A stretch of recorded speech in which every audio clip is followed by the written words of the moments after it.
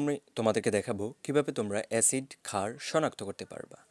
এগুলো শনাক্ত করার বিভিন্ন প্রসেস আছে, আমি কয়েকটা তোমাদেরকে দেখাচ্ছি। যেমন আমি কয়েকটা অ্যাসিড লিখলাম এখানে, যেমন হাইড্রোক্লোরিক অ্যাসিড একটা, সালফিউরিক অ্যাসিড আরেকটা।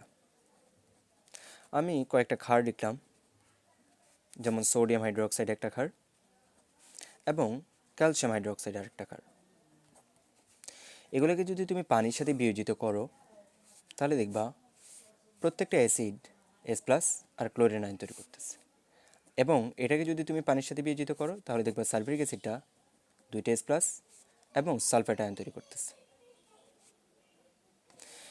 তুমি অ্যাসিডের মধ্যে খেয়াল করলে দেখতে পাবা যে অ্যাসিডের মধ্যে সবাই প্রোটন আয়ন রিলিজ করতেছে, অর্থাৎ প্রোটন আয়ন তৈরি করতেছে। তার মানে অ্যাসিড চেনার সহজ উপায় হচ্ছে যারা জলীয় দ্রবণে প্রোটন আয়ন অথবা হাইড্রোজেন আয়ন রিলিজ করবে তাদেরকে আমরা বলতে পারি অ্যাসিড।